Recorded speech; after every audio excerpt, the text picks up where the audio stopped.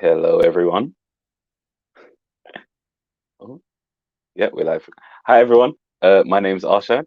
Do the others want to introduce themselves as well?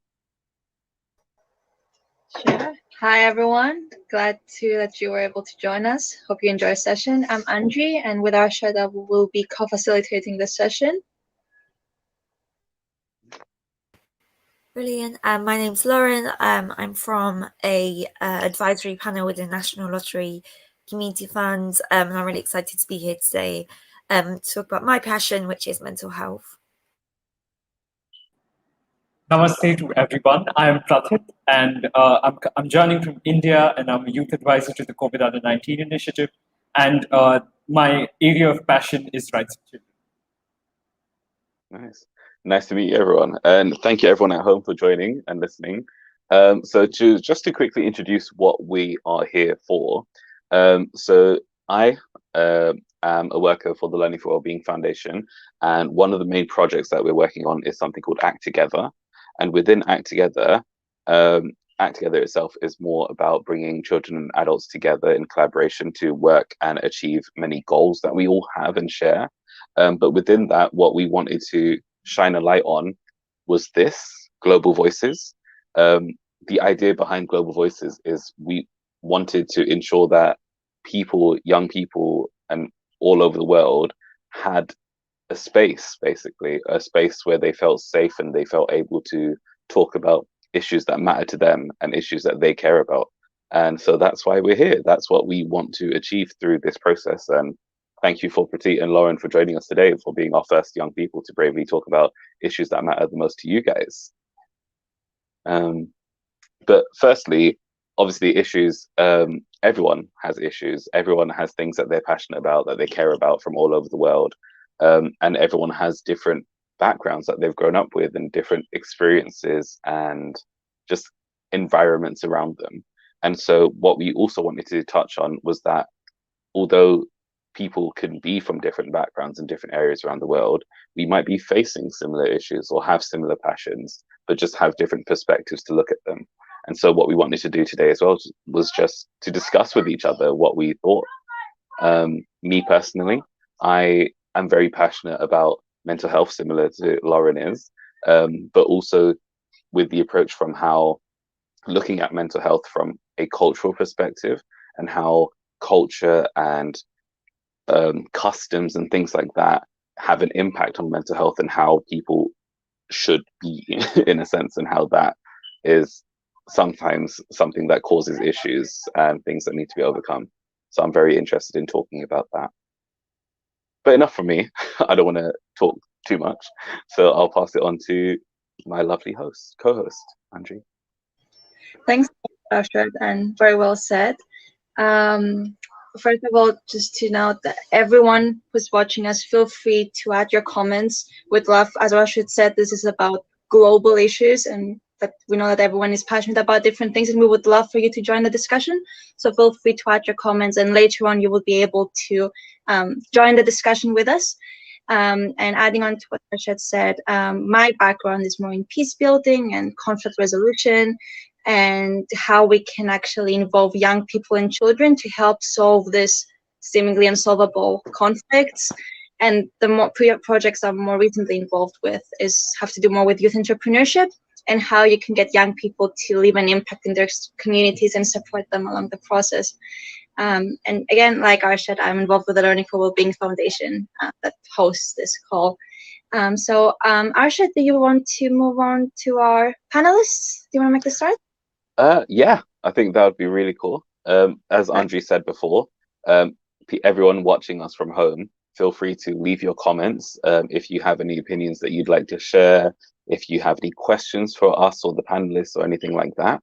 And also, as Andrew mentioned, towards the second half of this session, what we'd like to do is open up the floor for you guys at home. So if any one of you guys back home want to join in the conversation and talk about something that you are passionate about and something that you face at home, feel free to click the link that we'll put on the chat for you guys. And yeah, we'll let you know and you can join us and talk to us about some of the issues that you face. But without further ado, I would like to pass it on to our lovely panelists. Which one of you would like to go first? I'm happy either way, Paris. I'm happy to make a start if you're okay with that. Yeah. So my name's Lauren. I live in London. At the moment, it's quite sunny, so I'm quite sort of enjoying the weather, which is very rare for England. Mm-hmm. I talk about my passion, which is mental health, youth mental health, and well-being, and really kind of enable a discussion. Because I think it's something that should be talked about, and I think it should be something where the whole spectrum of mental health or well-being even, I think it all should be talked about more often. So that's why I feel very privileged to be in this space for you today. My background in mental health, I was quite poorly growing up, away from school and various hospitals. But it's given me a huge insight into what mental health services are like, what the good things, what the bad things. So I feel very privileged that I've been able to kind of experience that and kind of come out of it with all this knowledge of it. And then worked as a nurse for a little bit. So again, I sort of know the NHS from a different point of view, and from the point of being someone who's worked a 13-hour shift and is exhausted, and has like people shouting at you all the time. So I kind of know it from both sides of the scale, which I feel quite privileged about. And then a little bit about what I'm doing now. I kind of turned all my knowledge and understanding into kind of action. So I'm on quite a few boards. So the one with the National Lottery, being on advisory panels with Mind and other sort of mental health charities, all about sort of turning my knowledge into actual practical steps through our own policies and kind of influencing strategies and that sort of thing. So yeah, that's an overview of my my journey and my interest, and why I'd love to be here today to talk to you guys. Well, that's incredible. Thank you so much.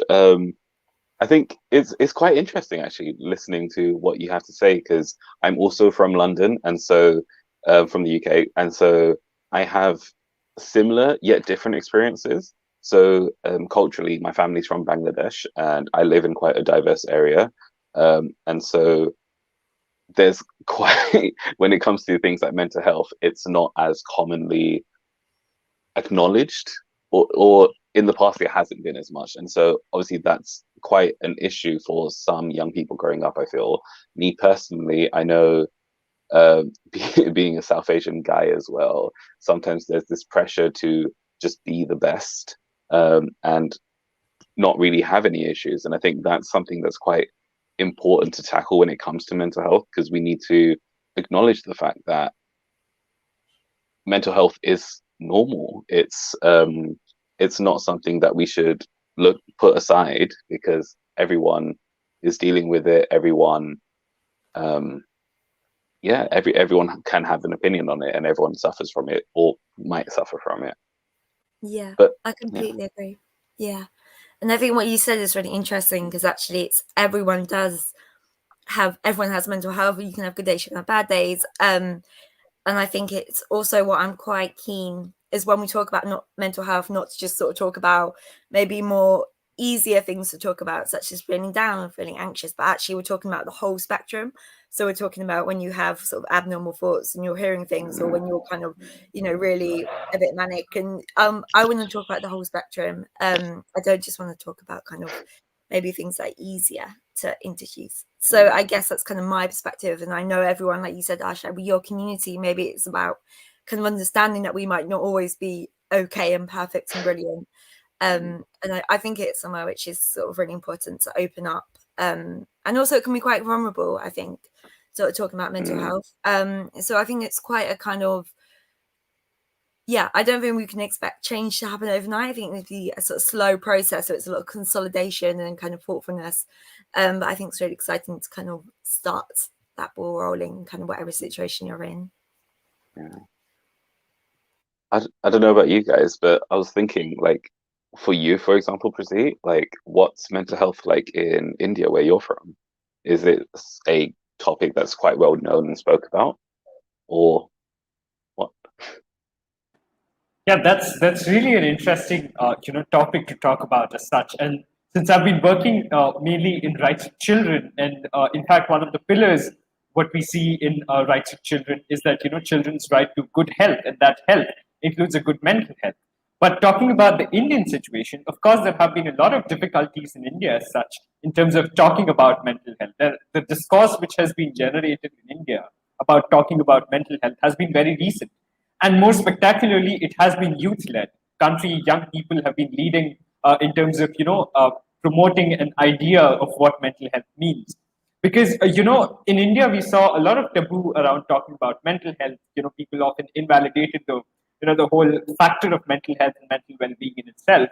And we saw that prevailing in the society and culture for a long, long time. But today, when we look at the awareness around mental health and the whole idea around talking about mental health, talking about how young people have been feeling and people across the communities have been feeling, that is very important. And the whole discourse around it has been led by young people, which is rightly so because I feel this whole idea around talking about mental health should be intergenerational, so that generations can support each other, and through that we can come towards a solution in terms of not just talking about mental health, but also creating a mental health awareness, and also going towards a society which respects the idea of having a clear idea in terms of mental health.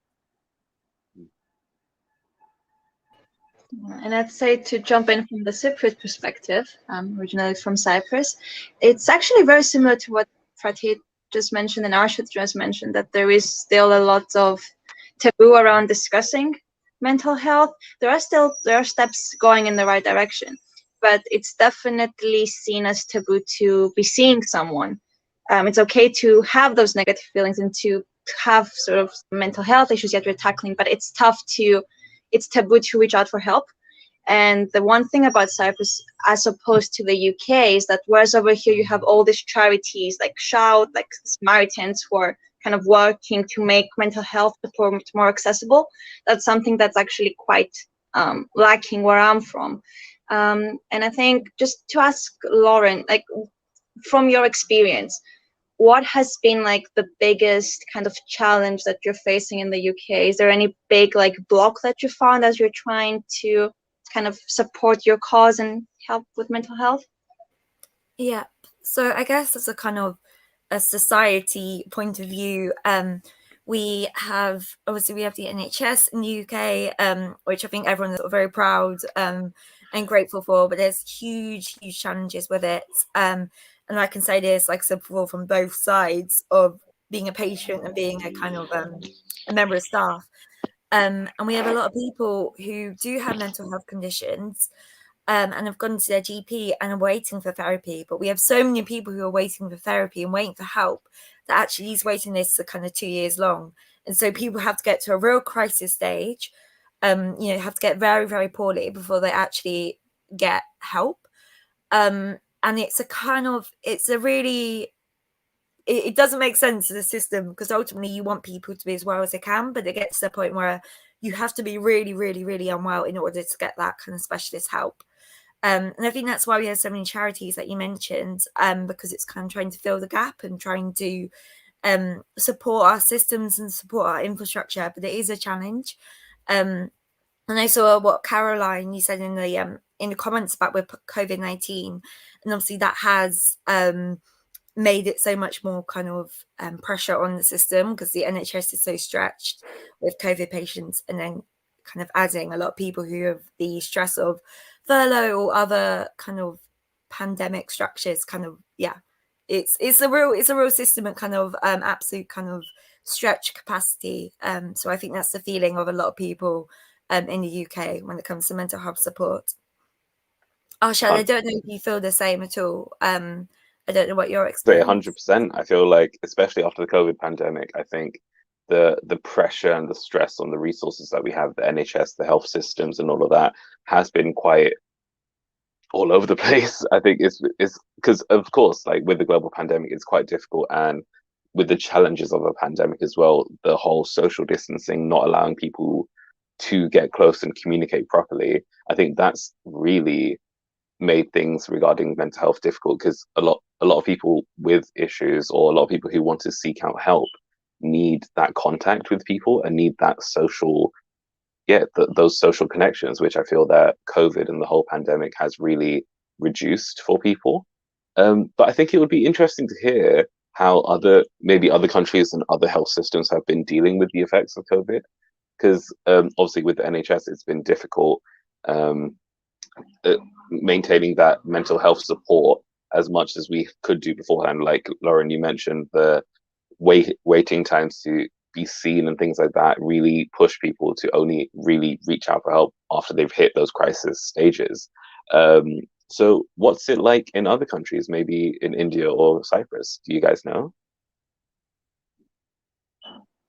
Yep, absolutely. I think that here, when we talk about the Indian perspective in going ahead with COVID-19, and more so because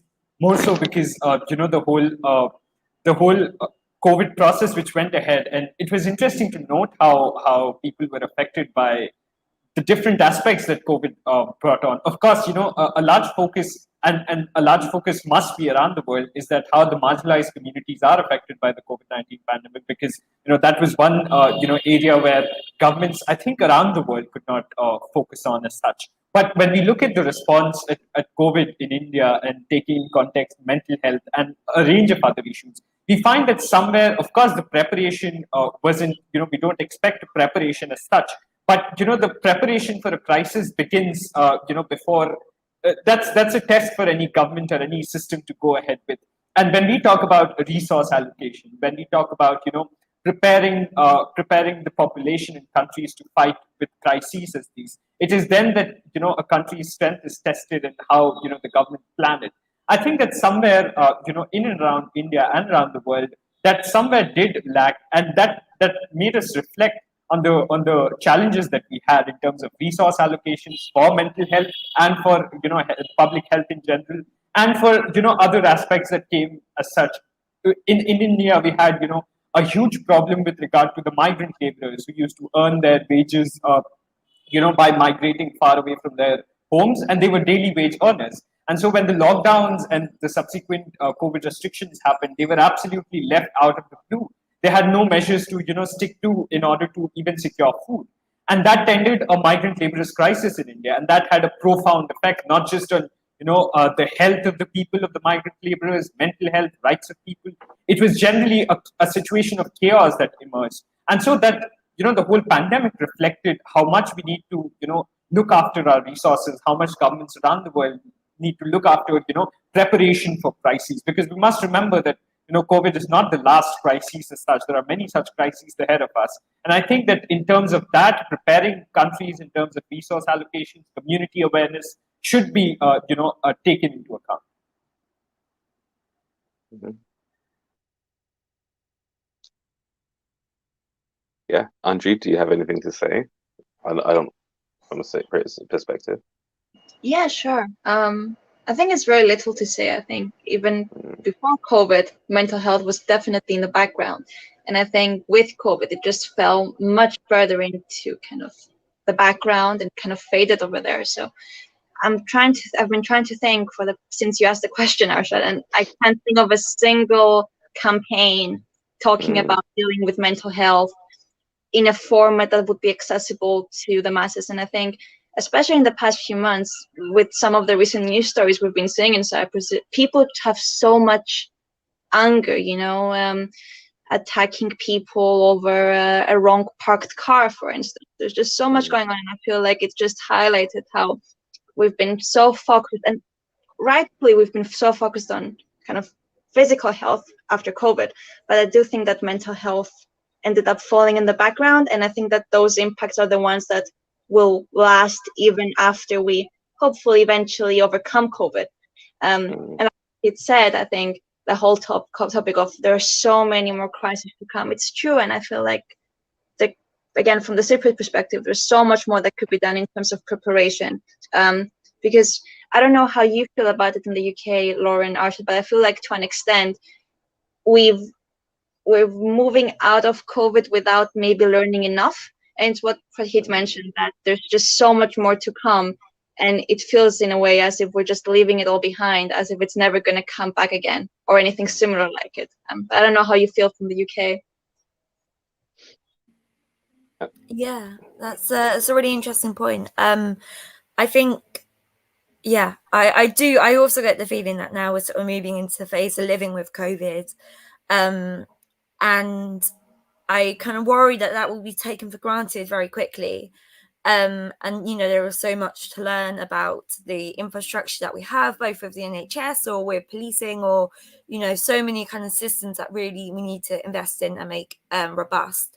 And I do worry that we will just sort of take not having COVID for granted and move on. So I think it's a very, very, very interesting point.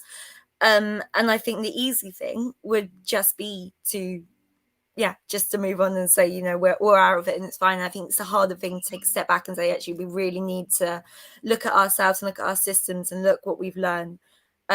So I think only a few people could really have that decision to make, but it's a really interesting point. I think to add on to that, I think I definitely agree. I feel like one of the main learning points coming out of this is the fact that we need to make things and services like these more accessible, because right now, have we learned enough from the pandemic? Are we ready to live with COVID in a sense? And I think I want to highlight what you said, Andrea, actually, the fact that you yourself were thinking about different services or things that were available to talk about mental health and to support the people in Cyprus. And the fact that you struggle to think of one, I think highlights a very key point in that things like mental health aren't actually that accessible. And it really made me think as well, even in the UK, I feel like, yes, a lot of young people may be aware of what services are out there, but those young people are also probably the ones who have been directed to those services initially. If I were to just pick someone off the street and ask them, oh, if I was going through a situation like this, who could I contact? I'm not really sure whether many people would be able to answer that properly and actually guide people to the necessary help that's out there. So I think that in itself is something that we can really strive for and push for more around the world, that even just pushing to ensure that people are aware of what services and what support networks are out there for them to access. And I feel like that's something. Oh, yeah. I'd love to come on this point, if that's all right. And I think this is why I think it's such a worthwhile conversation to have. Because with mental health, I was in a kind of strategy advisory panel when talking about this idea of prevention versus intervention. So kind of what support do you give for someone who has like a chronic long-term mental health condition and someone who might develop one? And actually it's exactly the same thing. It's support, it's having someone to listen, it's having someone to validate you, having someone to hug you if you need it, and actually it doesn't take a psychologist or a psychiatrist to really be that healing person. And quite often, from my own experience, when you are in those situations, it's still your family and your friends who are the ones who are supporting you. It's not actually a sort of magical cure. So I think it's really worth kind of really having these conversations with people, because we can actively make that change and make that difference just by willing to kind of validate and listen to other people. So I think that's why I'm so passionate about just saying, just have a cup of coffee with someone, have a chat, because you can personally make a huge amount of difference through just noticing someone and just having a conversation. So I think it's it's really powerful, and unlike so many issues, it is something we all can do something about in a small way. But that's why I'm really passionate about events like this. Yeah, no, I 100% agree. I think I agree with that sentiment. I feel there's little things that people can do, like friends or family, that can actually contribute a lot to ensuring someone feels just a bit better that day, or it contributes to them having a positive response to their mental health. But as you said, speaking of listening to other people, we still have an audience who are sending in their comments. And so I just wanted to quickly look at a comment that was sent in just before, where someone asked, our government, oh, perfect. So have governments taken into account young people's voices when it came to dealing with mental health issues in the pandemic? I know, Pratik, you mentioned that before, that in India, the mental health agenda was pushed forward ahead a lot by young people, but I'm not sure in other countries. How has that been managed?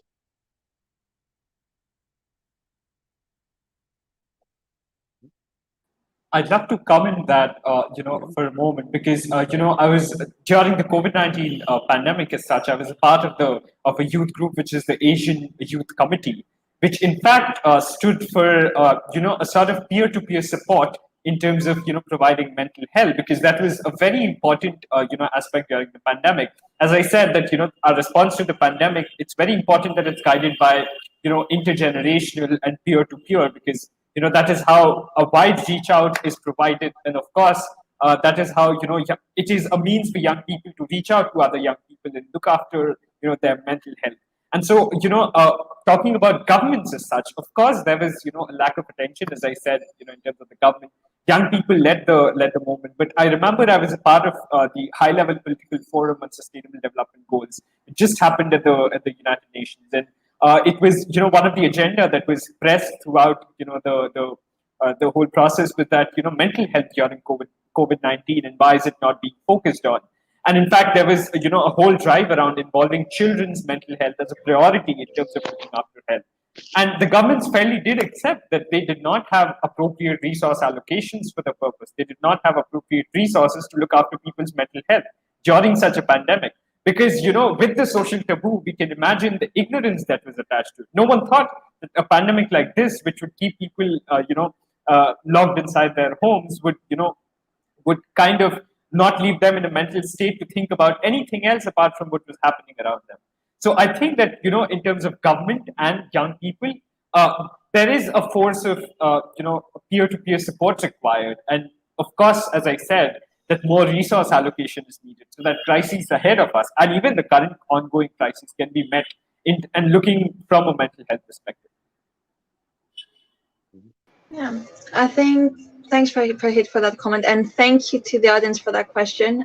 Keep posting them, and we'll continue getting you involved in as many ways as we can in this conversation. I think beyond resources, which is definitely so important, from my experience, I would say it's to a large extent also a communication issue, because as Lauren touched upon earlier, mental health is one of the things that are just not often brought up in the conversation. And talking about them, especially from official mediums and official channels, is really kind of helping open up that discussion to most people.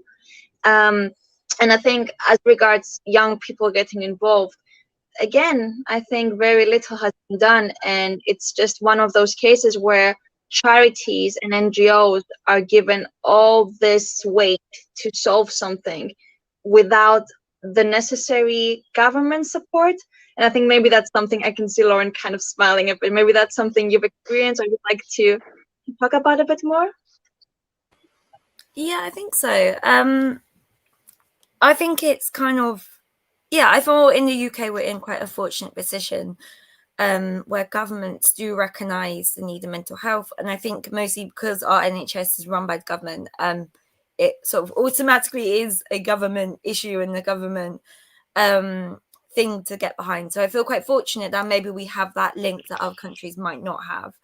And we are fortunate, again, that a lot of the charities who support mental health are quite, they're quite well known and they're quite publicly funded. By that, I mean stuff like football clubs might fund organisations such as mine. So I do feel we're lucky in the UK. I do feel that we are definitely going in the right direction. But I do feel that our challenges somewhat lay with kind of the lack of capacity in our system. I think we've got to a stage where people are talking about it, albeit that's maybe the easiest stuff that there is to talk about. But I think it's about widening that conversation, seeing what other people can do, and ultimately hoping that, like you said, the governments can kind of get on board just as much. So it's kind of, it's, I guess, a slightly different, more nuanced situation. But it'll be interesting to hear what you think, Ashay. That's just my opinion. I was going to actually add on to that, because I agree. I feel like with the government's involvement in the health system and all these services, I think it definitely helps having a government that's on board with things like mental health. But even more so, especially for younger generations, I'm aware, like, even in things like universities, colleges, and schools, they themselves are more open to mental health now, and there's different student groups and different services within the school systems themselves that actually offer support to young people regarding their mental health for whatever reason, for crisis or financial troubles or whatever. And I think that in itself is a very good step. It's a great step in the right direction, providing those services to people from when they're young, even. But it begs the question, actually, because in my head, I was going back to, sorry, Priti, I keep coming back to you, but when you mentioned that the whole push for mental health began with the young people, it made me think about how, is there a reason that it began with the young people? Maybe, I don't know if this is the case, but maybe do you reckon there's a generational gap when it comes to looking at the importance of mental health, maybe? That's a very interesting question to reflect upon as such, because the reason for this generation, and we've been seeing a lot in this generation as such. If we talk about it, we've been seeing a movement around climate change being led by young people. We've been seeing a movement around mental health being led by young people, and of course, rights of children and young people is again So we see in this generation a lot of movements are being led by young people, and in my opinion, I think there are more than one reasons to it. Of course, one of the main reasons that we see a generation gap. So there is a lack of awareness that comes in with that generation gap. That as we talk about it, that one generation is not aware about what mental health is, or how to keep yourself mentally in a well-being state. So that we talk about in terms of knowledge gap and awareness gap, and of course, the movement which is being led by young people, one of the responsibilities is to spread awareness about mental health and to generate discourse in the community on what mental health as a whole means. And so that I think is one of the reasons and its purposes. Secondly, I also feel that these impeding challenges, the discourse that is being generated around these challenges, around mental health, around climate change, the grave impact that comes in young people is another reason why there is a whole leading by young people around this. As we know that one of the greatest effects to be seen by climate change is among young people. So goes with mental health, because if we look at the impacts of the pandemic and talking in terms of COVID-19, then perhaps young people have been one of the groups which have been most affected. Schools have been closed; they have no means to express themselves. Governments don't reach out to them; they are limited to the previous generation and parents of children and young people. So I think that there is a whole impact of the process on young people, and that is all the more why I feel that awareness should be rapidly be there. And besides awareness, there should be a youth-led process around young people leading the movement around any problem, be it climate change or be it mental health, so that we could move towards a comprehensive solution. And any solution which is devised by the government must include children and young people, because it is one of their rights that the right holders, which the young people are referred as often, the right holders their voices must be respected by governments, and they must be heard. So that I feel is in terms of the reason and the collation of how the governments must collaborate. Yeah, I don't think there's much I can say against that. Although I will say, I think your first point, talking about how in elder generations, how sometimes it's a lack of awareness or knowledge. I personally don't actually feel that's always the case. I feel like sometimes it's not a lack of awareness and knowledge, but it's more a lack of importance that they place on it. Because there's a lot of people that just say, "Oh, well, like, chin up, like it's not that bad, like you can get on with it, blah blah blah," things like that. And I feel like that sentiment in itself is more encouraging people to just overlook things that may affect their mental health, which maybe isn't the right step to take. But that I feel is the step that a lot of adults in older generations do have, and maybe that contributes to why there wasn't as big a push on like support and providing services for people suffering from mental health beforehand. But maybe I'm wrong. No, I feel that. Go on. Yeah. Go on. Just I felt that just a reflection that I feel that is correct. That a lot of taboo, social taboo, specifically in the Indian society, there's a lot of taboo around mental health. And when you see a conflict between awareness and taboo, that the social taboo tries to cover up your awareness itself. So even if you think that you're not mentally well, the society binds you to think that, there's no such thing as not being mentally well. And so, you must come in and join in with the, everything that you have around. So that is what I feel about it. And I was just gonna add that I think, Arshad, you touched on a really important point, which is kind of that when we talk about something, we shouldn't forget the context of it. And when we talk about older generations, you need to understand sort of the context in which they grew up, and as was mentioned earlier, sort of the priorities that they were raised to have. So if I were to talk from the Cypriot perspective, which has a past of conflict, you see the priorities and kind of what counts for the older generations is very different. And that's because their process of they grew up in a process where other things had a bit more priority and things were kind of different. So I think it's really important when we try to interact with older generations that we kind of think about what they have gone through, what they have been taught to value. But then again, on the other hand, I think when I heard Pratik kind of discuss his experiences and his opinions, I was reminded of a discussion I had actually over the summer with Professor Ellen Zavian, who's a professor at George Washington University, and with whom we're co-facilitating a workshop on youth entrepreneurship. And she was talking to us about when the seatbelt was first made obligatory in the USA, and she was telling us how at first the government targeted adults, and no one was really paying attention because they were used all their lives to not wearing a seatbelt. And the change in the culture and the mindset really happened when they started focusing on the children. And it was the children who were put in the position to tell their parents, put your seatbelt on. So it really kind of reminds us how children and young people are agents of change. That's actually really cool. I didn't know that. But that's actually, that's a really cool idea, and I 100% agree in even this saying. I feel like like you mentioned, I think we have to appreciate the context of the situation. In the past, there were different priorities, and so that may have affected things. Which also brings us to now with the whole young people push in India for mental health being a more talked about issue and actually being acknowledged. I think it's the same with the seatbelt. I think young people have to push the fact that mental health is a priority right now, and they are. And maybe that's why it's becoming a much more spoken about topic around the world today. And even I saw from the comments that we had before, someone mentioned that, well, someone wanted to thank us for addressing the fact that mental health issues, thank you, are global, and that we share these feelings around the world, and around the world governments need to address mental health to actually make it a priority of conversation so that everyone can benefit from the support and services that we can provide.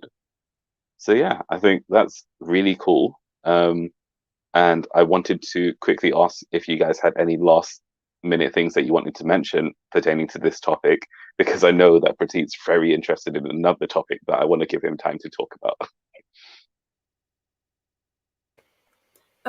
Yeah, I guess I would just say I think it's really important to kind of keep reflecting. I think a lot of change can start with kind of, even before you go out and have conversations or support an organization, it comes from sort of taking time to think within yourself and think, why is this important to me? What can I do? How does this impact me? So I would really encourage people just to kind of, have that little think with themselves over a cup of tea, and then kind of work outwards. I think a lot of change can happen by kind of self-reflection. But it's a really kind of interesting topic, and it's a hard topic. It's a hard topic to talk about. And it's not easy. And I think that's probably why it's harder to create change within sort of other generations and other people, because it is really tough. And we are talking about very tough and very real situations. So I think also kind of bearing in mind that change isn't going to happen overnight, and that's okay, because meaningful change happens slowly. And yeah, just kind of applying that self-care to yourself as you reflect on it, because it can be tough and it can bring up a lot. Thank you. Well, we can move on to Pratik now if you'd like to talk about your topic. I did see though that we had a comment where Carolina asked us a very important question, I feel. So maybe maybe if there's time and you don't mind, Pratik, we can quickly address that. Cool. So Carolina asked, sometimes alcohol and substance abuse are used as coping mechanisms due to the absence of information and support for mental health conditions, which happens a lot in Bolivia. Firstly, does that happen in our countries? And then how do you think we can face this issue when addressing these behaviors, as sometimes these behaviors may worsen the symptoms and lead to more complex conditions? What are your guys' thoughts on that? I'd love to jump in here, if that's okay. So in the UK, this is quite, I wouldn't say common, but this happens as well. And people use other coping mechanisms, whether that be maybe self-harm or eating disorders, definitely drugs and alcohol. And there's a whole host of unhelpful coping mechanisms that people use when they have really challenging kind of emotions or situations, or just a lack of support or a lack of awareness and insight. And there's kind of a whole host of different mental health conditions that pattern behaviors go with. And in the UK, we have really good systems to kind of treat those self-harming or self-kind of coping mechanisms. So we have kind of specialist hospitals and specialist community programs called DBT, and they are really well funded and really well respected in the UK. So we're very lucky that we have that, and that it is recognised as a sign of a mental health condition, and that we do have very set treatment and care plans, which are very detailed and holistic, whether that be kind of, DBT programs. So I feel in the UK, because it is so common, unfortunately, we are very well equipped to kind of deal with it. So that's sort of my experience of both working in NHS and being an NHS patient. But I think this does sort of, this is how mental health manifests. And it's about kind of validating that and seeking the support for that. Thank you so much, Lauren. I don't know if anyone else has anything to comment there. But if not, that's also entirely fine. Because what we can do as well is, after this, if people would like, we can try and compile maybe a list of resources that we're aware of from whatever countries and put that out, so that if anyone is interested in seeking help or seeking support from one of these services, that can be found somewhere on our platform. So yeah, do look out for that. And again, like, I know there's so much more that we can talk about when it comes to mental health, but I'd also like to give a chance for Pratik to talk about something that he's quite passionate about. So Pratik, if you don't mind, would you like to take the floor? Thank you, Arshad. It's really interesting to talk about mental health and involving young people at least. And in fact, my topic of passion is quite related and does include mental health as one of its pillars, as I said. I'm working for the past 2 years in the area of protecting the rights of children and young people. And, for the past 2 years, my agenda has been in terms of community awareness and making sure that children's voices have been included in the governments, and advocacy around, rights of children. So, my work has essentially been, as I said, that, reaching out to communities. So, in Calcutta, in India, I've been working with the International Justice Mission from 2019 to 20 in terms of community awareness and making people aware in the community level and what rights of children mean. Because I realize that for any issue, it is very important to reach out to the community first and to the community level first, because that's where all the awareness stems from, and more specifically in terms of when we're talking about rights of children. Because in India we had a peaking problem of exploitation of children, child trafficking, child marriages, and it was devastating for me as a young person and as a child to see what has been happening in my own community, in my own country, around children who were there in the in parts of the communities and marginalized groups. And so my main motive has been to primarily make the community aware of what rights of children mean, because it is when the community is sensitized that we come to know, and we come to spot the crime and stop it from happening. And for the past year, I've been working with the COVID Under-19 initiative, which is an interesting initiative by Kennedy Home and Office of the UN Secretary General's Representative on Violence Against Children. And it has revolved around, taking into account what children have been feeling around COVID during the COVID-19 pandemic, because it is very important that besides taking into account the policies and everything that's happening around COVID-19, it's very important to take into account children's feelings during the pandemic, what they feel about their own rights. And so there was a survey called the COVID under 19 survey, which was circulated and was taken by 26,000 plus children from around the world, and 128 countries, children who participated in it. And the survey was primarily developed by Queen's University Welfare Center for Children's Rights. And, it was then that, it was a reach out to children in terms of capturing their experiences in form of data. And so that was one aspect of it. The second aspect of the initiative is essentially around, involving young people and building capacities in them to read data, to make sense out of the data, because it is their experiences. This is just an empowering mechanism to place children and young people at the helm to understand what data means and to understand how children have been feeling around the world. And as I remember, someone commented that it's very important to bring out that, how people around the communities have been feeling, around the world have been feeling.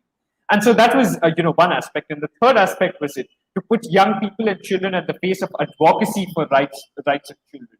Because we, young people and children as stakeholders, it is very important for us to advocate to the governments and the civil society to include our rights in terms of, because when we talk about even mental health, when children and young people find that during times of these crises, that, they're not being heard by the governments themselves, policies are made, but, they're not, taken into account.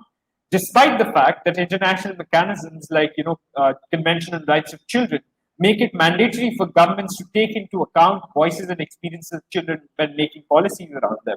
So it is very important to take into account voices and, thoughts and feelings of young people when making choices for them.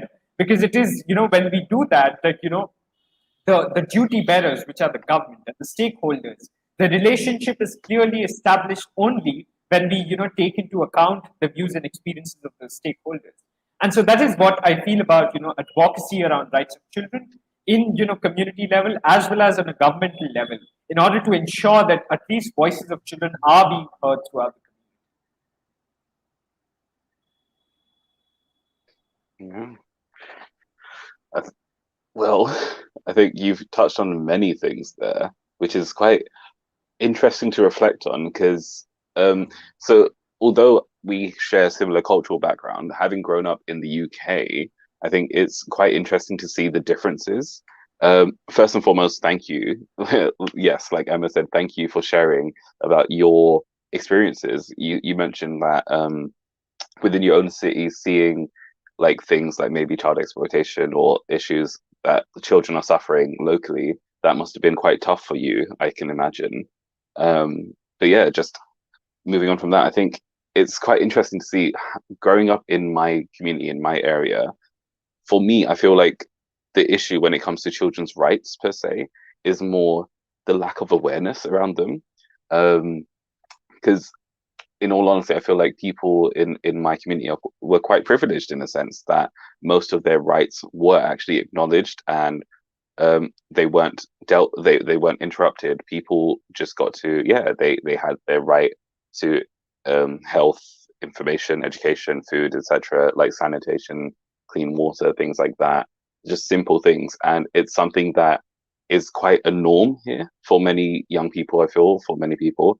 And so they're not actually aware that that's actually a right that they have. And in some parts of the world, maybe that right isn't there for young people. And I think that's quite a difficult thing to acknowledge. And so acknowledging the privilege of the people in different parts of the world, I think is quite important when it comes to talking about rights. And that's something that we do need to strive to overcome, because it's unfortunate, but some people are less privileged than others, and that shouldn't, I feel, be the case. I don't know what you guys have to think or have to say about that. No, I think definitely you touch on a very important point, Arshad. I think for me, I was involved with Cyprus Children's Parliament since I was 15. And we really did kind of push for that awareness that you were talking about. And it's true that it wasn't there. But I think what I have to say from my experience is that even when you work for children's rights and you say, okay, let's get them involved, very frequently we limit ourselves to children over 10 over 12. And I think that even if we say let's work for children's rights, it's really tough to hit that age below 12 or 10. At least from my experience, I was wondering whether you feel the same way or whether you've seen any good practices that you'd like to share with our audience. I think that's a very important point in terms of involving children and involving children meaningfully in terms of decision making and in the whole child rights process. So and this is particularly important because when we, as you said, that when we take into account voices of children, we often and this has been seen on the governmental level. I have seen it during my experiences at the high level political forum on sustainable development. That governments often, firstly, they feel that children are immature, their views do not matter, and as Arshad said, that they do not realize that it's a right in itself, and that children's views should not be taken into account. So that's very important, firstly, to secure meaningful partnership of children and young people. When we talk about taking into views, this shouldn't be just tokenistic and in terms of just involving a certain group of children or just a particular age group. It should be a meaningful and inclusive participation of children throughout age groups and throughout communities, because it is very important to have such kind of collaboration. And the second point which I feel I need to reflect on here is that in terms of awareness, as we know that children are often not aware about rights that they hold, and so it is very important here again to bring in the intergenerational aspect of it. We have to establish intergenerational partnerships so that rights of children are made aware by across generations. So if I, as member of so and so generation, feel aware about what's going around with me, and what rights do I hold as a child and as a young person, it is my responsibility to make the next generation aware on what the whole concept of rights of children means. And that is something that COVID under 19 has been, in fact, working on in terms of including a new cohort, which will be mentored in capacity and awareness by the previous cohort, which has been involved with the initiative. So that way, we establish an intergenerational bridge, so that there's no there's no gap in awareness that is left between generations, and gap of awareness that is left between age groups, as I mentioned.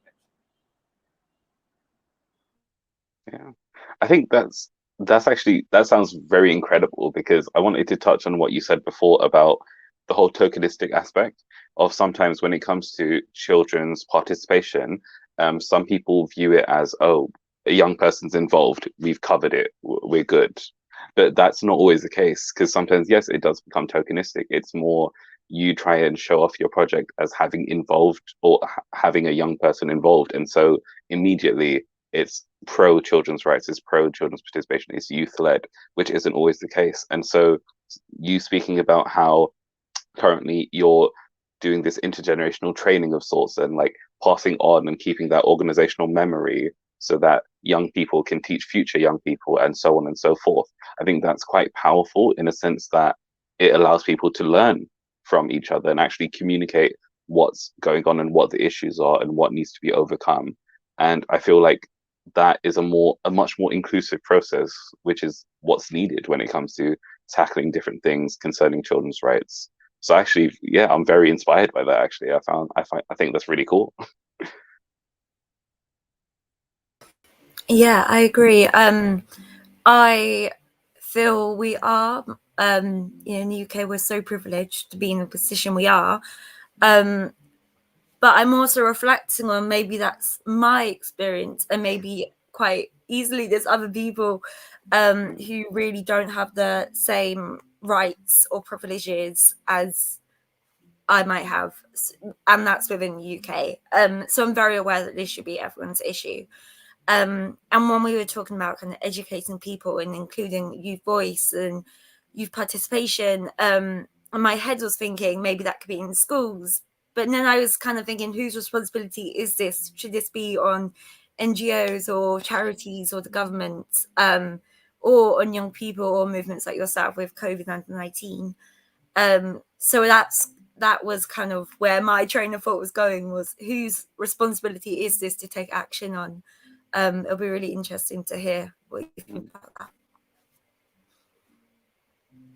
I think that, here the accountability when we talk about, of course, that the governments are primarily involved, because when we talk about the relationship that, as I have mentioned, that, governments are the duty bearers in terms that they should ensure that, rights are secured for the young people who are the stakeholders, who hold the stake in the rights. And so the direct relationship that is established between, governments and children and young people in particular, that, here is the relationship where the government is supposed to, protect rights of young people and children. But at the same time, we also talk about rings of protection around, children in particular. And that's rings of protection. So the first ring that surrounds any child is the family. And so, we believe that it is the sensitization of family that is very much required when we talk about securing rights of children. The second ring is the community, which is, around the community around the child where he or she is located. So that is the second ring. And the third ring is the government or the law enforcement. So we talk about, three layers that surround the child, and the accountability and, the responsibility to secure the rights fall on all the three layers. It is the family, it is the community, and the government, which ensures that rights of children are secured, and that anything that goes wrong, and anywhere where a child is unprotected and exposed to impunity, it is the responsibility of family, the governments, and the community and civil society to make sure that appropriate intervention happens. In fact, I have an interesting observation here that, half the crimes that are perpetrated against children in India happen at the family level, because, the exploitation of children we see mostly happens at levels of family or community. And that makes it very difficult for governments to penetrate and for governments to take into account what has been happening around, impunities around children. And so one of the main reasons why, impunity against children has been increasing in India has been because, these crimes are constricted to a family and community level, which is very difficult to penetrate. And, as I said, that I've been working around data, and it's very important to note that, there is a law in India, which is the POCSO Act, which is supposed to protect children against sexual offenses.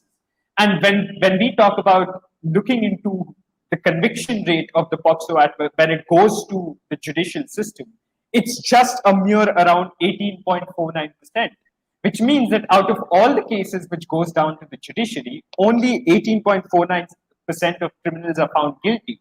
Why? Because it is mostly the witnesses change their accounts, or it is that the child is pressurized to change the narrative. And so we see that the community plays a large part in putting this pressure around children and changing their narratives and in, rethinking what they've been thinking. And so I think that, although the governments hold a large part of the responsibility, a huge chunk of responsibility is also held by the community and the family, which is also very important to be sensitized. Yeah.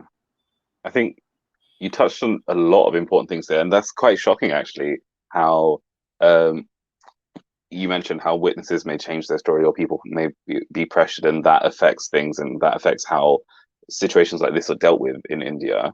And I wholeheartedly agree. I think that every layer needs to be confronted. Every layer needs to be made more aware. So that's government, families, and community. But I did want to come back to something that Lauren mentioned earlier about, I think, Lauren, you mentioned with your own situation, even, you said that you feel quite privileged, but you're not sure if that's just you yourself compared to the people around you. And that actually made me reflect quite a bit on how even within one country, I feel like there's different regions or different areas where the lack of accessibility of children's rights or lack of awareness of children's rights is quite broad. Like in some areas, people may be quite knowledgeable, they might be quite aware of the access that they have to different things that they are entitled to and they have a right to, whereas in other areas people may not know. I think even me personally, I can remember before before getting involved in any of this kind of like work or this field of this field, I wasn't really aware much of what rights were. I was just a schoolboy who had to get his GCSEs done. And so I think even that in itself just shows that the lack of education, the lack of awareness around it plays a big part. Even if people may be privileged and have these rights, they're not really aware of them. And so it becomes difficult to fight for rights for other people, because if you don't even know what rights you're fighting for, it becomes a very tricky thing. So yeah, that just came into my head and I wanted to mention that. I don't know if you guys have any other thoughts that you'd like to share. Yeah, I guess sort of tying the two conversations together in a way, it's about realizing that maybe an issue doesn't affect you personally, but it's still everyone's responsibility to be aware of it and to learn more about it and to kind of be prepared to have conversations about it. And I think that's kind of something which myself I'm going to really reflect on and take away from this conversation is actually maybe I don't know so much about climate change or something else, but actually it's everyone's responsibility, and I think that's a really powerful message, and that's sort of a parallel that came out for me.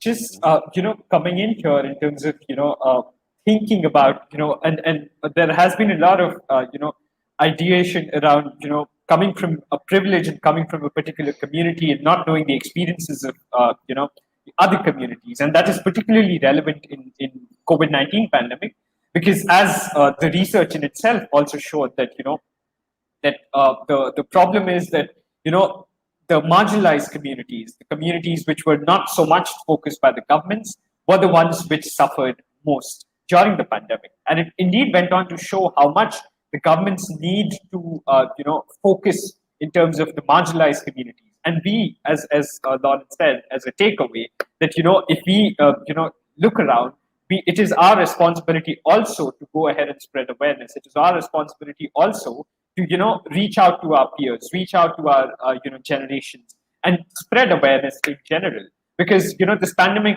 has been a very severe crisis, more so for the marginalized communities. Because if I were to cite data from the COVID-19 survey itself, it said that 62% children in detention centers said that they had hardly any access to internet.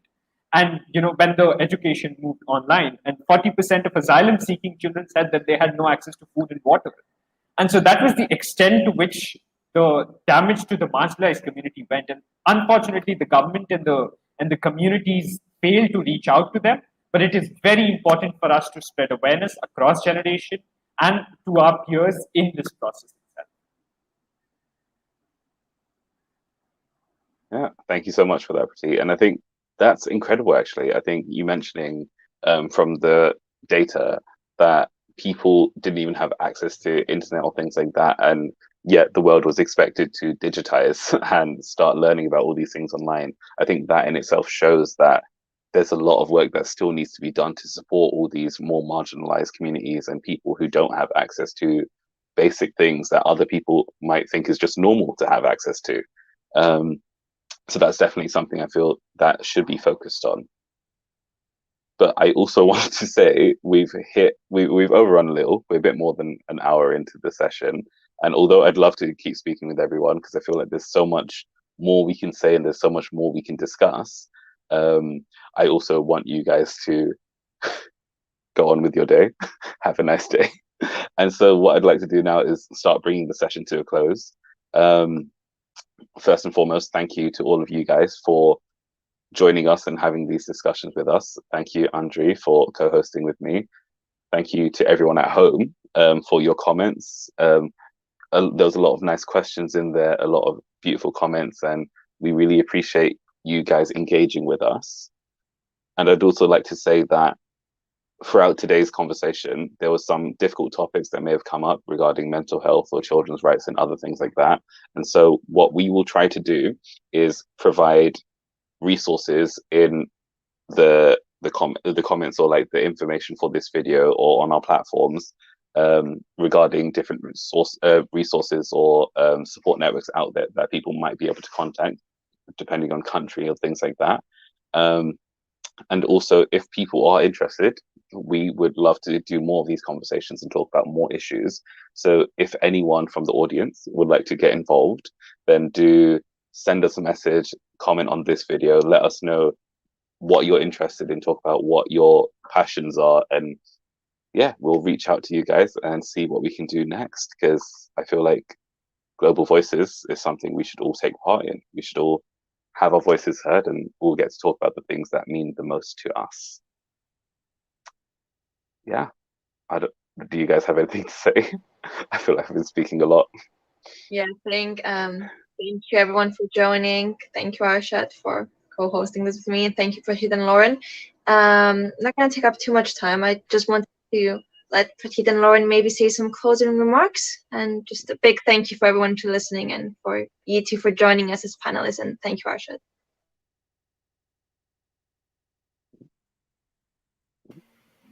Yep. Again, just thank you. Thank you for being here and for your comments and for watching and for your, hopefully, your own reflections and ideas and opinions. And I think I'm just one person from the UK, but I think it's important to know that everyone, wherever you're watching or wherever you're living, I hope you reflect on your own kind of what you can do within yourself and within your communities. Because change and conversations definitely need to be a joint effort. So yeah, really grateful for being here today, and thank you other people for taking part as well. I think as closing, I could just express gratitude to everyone for being here and participating in this the interactive conversation that it was. I'm really thankful, and in fact it is at this moment all about togetherness. And as we have been riling through the pandemic, I always recall a quote from Nelson Mandela, who said that and that's very relevant today. He said that history will remember us by the difference we make in everyday lives of children. And he said children, but I felt the need of including that, the lives of young people as well. And that can only be possible if we stand together and advocate for a cause, which is through conversation like these. So thank you so much for, having me and joining. Thank you so much. Thank you so much, everyone. Thank you for everyone at home. And once again, if you have any questions, if you'd like to get involved with our next Global Voices chat, or if you would like to access any of the resources that may have been mentioned today, so any of the mental health resources that we've mentioned, or maybe you're interested in the data that Pratit's and the COVID under 19 group have amassed through their research, put it into the comments and we will get back to you to, give you guys access to everything. So thank you so much, everyone. And I think we can officially bring this session to a close. There you go.